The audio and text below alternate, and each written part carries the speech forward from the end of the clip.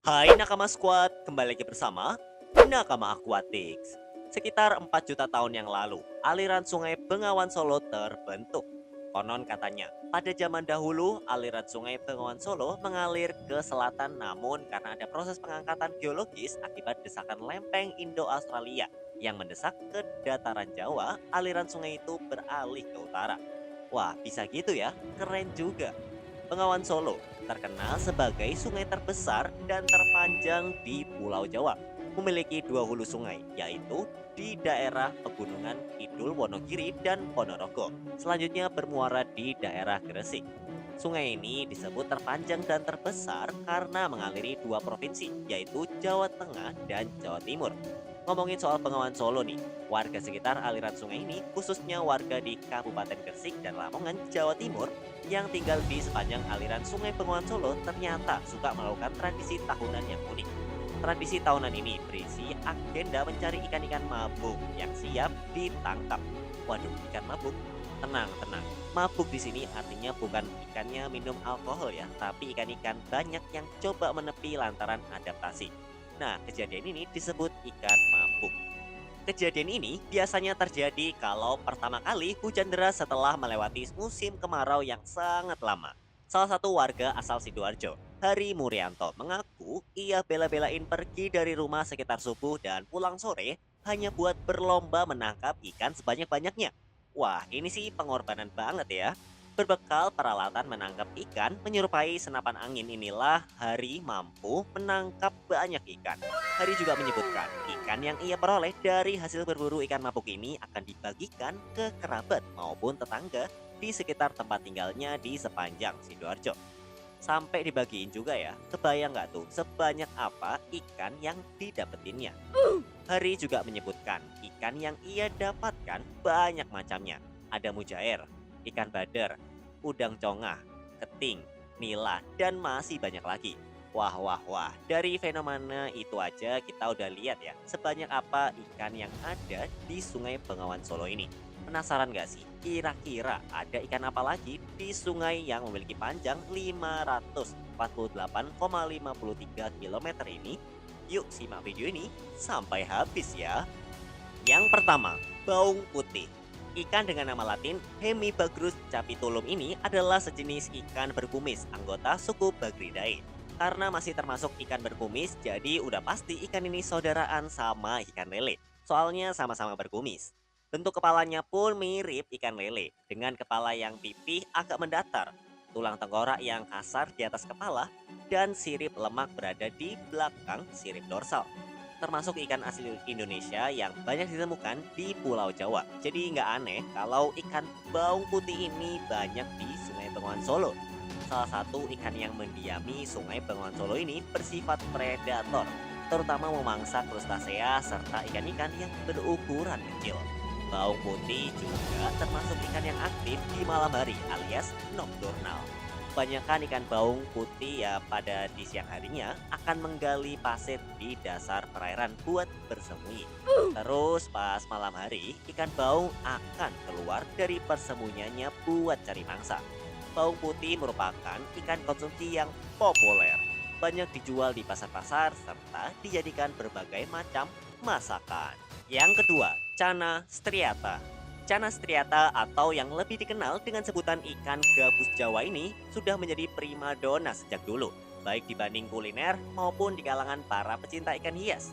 Ikan ini seringkali dijadikan ikan hias karena ada beberapa spesies yang emang warnanya unik dan menarik.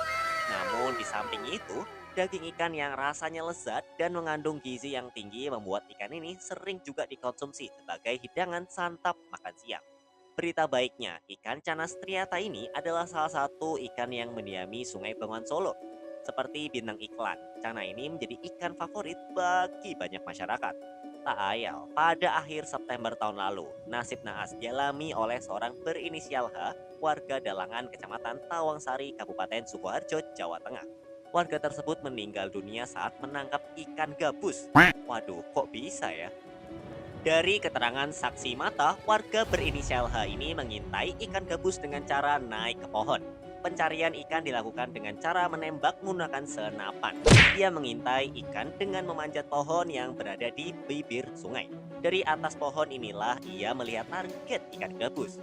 Kata Wakapolsek Tawangsari, korban sempat berteriak kutuk-kutuk atau yang artinya ikan gabus, lalu jatuh dan hanyut ke sungai.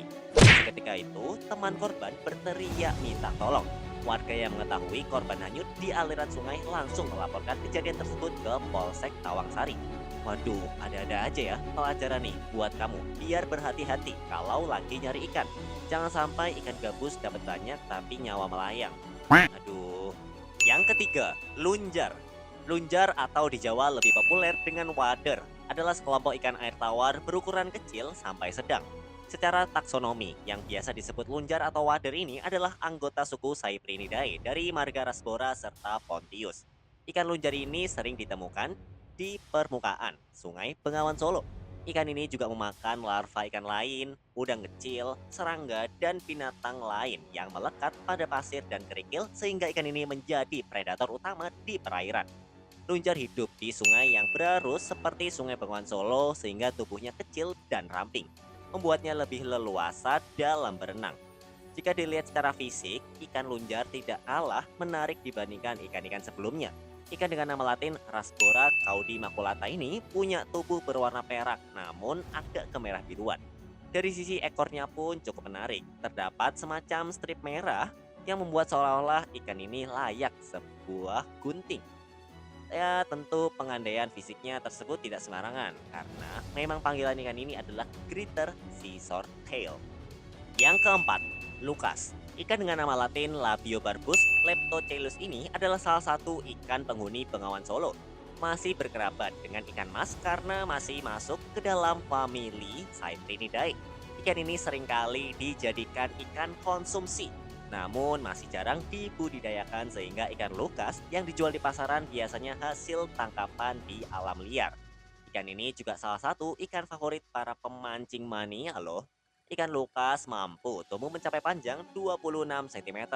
Karena tubuh ikan Lucas cenderung lumayan besar, maka menu makanannya pun lebih variatif mulai dari fitoplankton, zooplankton, sampai alga. Yang kelima, Tawes. Seperti ikan Lucas, ikan Tawes juga masih masuk ke dalam suku Cyprinidae. Wah, kalau dipikir-pikir banyak juga ya ikan yang masuk ke dalam anggota Cyprinidae ini. Ikan dengan nama latin Barbonimus bonoimantus ini termasuk salah satu warga Sungai Bengawan Solo. Kabarnya semenjak abad ke-19, ikan tawes ini sudah mulai dibudidayakan. Wow, cukup lama juga ya. Tawes juga diintroduksi ke pulau-pulau lain, misalnya ke Sulawesi, Sumatera, dan sementara menurut catatan FAO, ikan ini juga diintroduksi ke Filipina tahun 1956 dan ke India pada tahun 1972. Termasuk ikan herbivora, menu makan utamanya adalah tumbuh-tumbuhan seperti Hydrelia, aneka tumbuhan air, dan daun-daun yang terjatuh ke sungai. Meskipun demikian, tawes mau juga memangsa aneka invertebrata. Masih berkaitan dengan ikan tawes, ada kabar ironi. Dilansir dari Detik News pada akhir September tahun 2021, Sungai Bengawan Solo tercemar limbah ciu di kawasan hulu. Akibatnya, ribuan ikan di aliran Bengawan Solo di kawasan Blora Jateng diketahui mabuk karena keracunan. Salah satu ikan itu adalah ikan tawes. Pencemaran tersebut cukup berat membuat air Sungai Bengawan Solo di daerah Cepu Blora berwarna menjadi hitam keruh. Nah, jadi ikan-ikan di sana mabuk. Fenomena ikan mabuk atau teler ini oleh warga disebut sebagai peladu. Kebayang nggak tuh, ribuan ikan mabuk, nggak tahu harus seneng apa sedih sama kejadian ini. Di sisi lain kasihan, ikan pada mabuk, tapi di sisi lain seneng karena kamu bisa puas ambil ikan. Nah, kalau kamu tim mana nih? Ikan mabuk atau ya malah sedih kalau misalkan ikannya mabuk? Yang kedelapan, glass catfish. Ikan selanjutnya yang mendiami Sungai Bengawan Solo adalah glass catfish. Ikan ini punya nama latin Oxyloteris marmorata. Seperti namanya, ikan ini disebut sebagai lele kaca karena tubuhnya bening mirip kaca serta ukurannya yang tak sebesar saudara-saudara yang lain. Karena bentuk dan warna yang unik ini, ikan glass catfish cenderung dijadikan sebagai ikan hias. Uniknya lagi, Ikan lele kaca ini bisa memantulkan sinar pelangi saat ia terkena sorot cahaya. Ia akan memantulkan sinar pelangi. Tubuhnya nyaris transparan seperti kaca. Nah, karena hal itulah ikan ini jago berkamuflase alias menyamar. Yang ketujuh, ikan betutu. Ikan dengan nama latin Oxyelotris marmorata secara fisik berwarna merah bata pudar, kecoklatan atau kehitaman dengan pola-pola gelap simetris di tubuhnya. Ikan dengan sebutan lain gabus malas atau gabus bodoh ini mendiami Sungai Bengawan Solo dan termasuk ikan karnivora. Tapi kamu penasaran gak sih kenapa disebut malas dan bodoh? Kasian ya, ikan gak salah apa-apa tapi dijudge atau diejek bodoh. Ya, betutu biasa memangsa mulai dari ikan kecil, udang-udangan, cacing, dan lainnya. Wah, ngeri juga ya. Ikan betutu ini mampu tumbuh mencapai panjang 65 cm. Memang tidak terlalu besar, jadi bisa dibilang ukurannya sedang. Aduh, sumpah masih ngakak. Kenapa ya disebut malas atau gabus bodoh? Yang kedelapan adalah ikan hampala barb. Ikan hampala barb menjadi salah satu ikan yang mendiami Sungai Bengawan Solo ini. Memiliki rahang yang kuat dan sisiknya berukuran besar. Ia juga punya tanda hitam yang ada di bagian samping badan dan bisa dibengkokkan. Ikan ini termasuk ikan predator yang biasanya memangsa ikan lain. Tapi uniknya, ikan ini tidak mempunyai gigi. Walaupun nggak punya gigi, ia masih handal dalam memangsa ikan lain karena mengandalkan kekuatan pada rahang dan mulutnya yang berukuran besar. Ikan yang memiliki banyak panggilan ini ternyata juga punya sebutan khusus oleh para pemancing, yaitu sebagai ikan tempalung. Hampala ini menjadi primadona bagi para pemancing karena ikan hampala ini memiliki gaya yang sangat mempesona dan begitu atraktif saat sedang mengincar umpan. Yang kesembilan, nila. Ikan yang sudah pasti banyak dijumpai ini juga menjadi salah satu warga Sungai Bengawan Solo. Ikan ini punya nama latin Oreochromis niloticus dan sangat terkenal dengan citranya sebagai ikan konsumsi air tawar. Walaupun sebenarnya ikan nila itu berasal dari Afrika, kini ia seolah-olah menjelma menjadi ikan endemik di Sungai Bengawan Solo. Hal tersebut mungkin karena banyaknya jumlah ikan nila di sana. Soal makanan, ikan nila ini terlalu tahan banting dan jiwa survivalnya tinggi sekali. Ia bisa memakan mulai dari fitoplankton, makrofita, serangga, detritus, sampai zooplankton. Jadi bisa dibilang ia termasuk ikan omnivora. Yang ke-10, jendil. Di sekitar rumah kamu ada sungainya nggak? Terus kalau ada air sungainya suka surut nggak sih? Kalau musim pancaroba, nah kalau Sungai Bengawan Solo ini air sungainya suka surut kalau musim pancaroba, khususnya di daerah Bojonegoro. Saat air surut, inilah ikan jendil banyak terlihat di permukaan. Pada musim kemarau, Sungai Bengawan Solo surut dan ikan jendil melimpah. Ikan jendil adalah ikan asli dari Sungai Bengawan Solo. Ikan ini berlendir warna putih hijau ini sejenis dengan ikan patin. Cuma bedanya ukuran tubuh ikan jendil lebih kecil kalau dibandingkan sama ikan patin. Seperti halnya ikan patin, ikan jendil ini seringkali dijadikan sebagai ikan konsumsi karena punya daging yang tebal. Biasanya ikan ini hidup di kedalaman air 2-3 meter dan cenderung berada di air mengalir. Para pemancing sangat suka memancing ikan ini dan biasanya menggunakan umpan, mulai dari cacing, jangkrik, ulat daun, atau makanan campuran. Salah satu warga Bojonegoro, Prasetyo mengatakan kalau musim kemarau tiba, pemancing akan semakin banyak yang berdatangan karena musim kemarau adalah musimnya ikan jendil ini. Menurutnya, lokasi pemancingan di Sungai Bengawan Solo cukup banyak, seperti Bandung Gerak di Kecamatan Kaltiduk, Trucuk, sungai sebelah utara Pasar Besar Bojonegoro, dan di Desa Sale, yaitu di Kalitudu. Nah, buat kamu yang hobinya mancing terus, pengen banget kan makan ikan jendil ini dan boleh coba mancing di daerah-daerah yang tadi udah aku sebutin. Kesimpulan.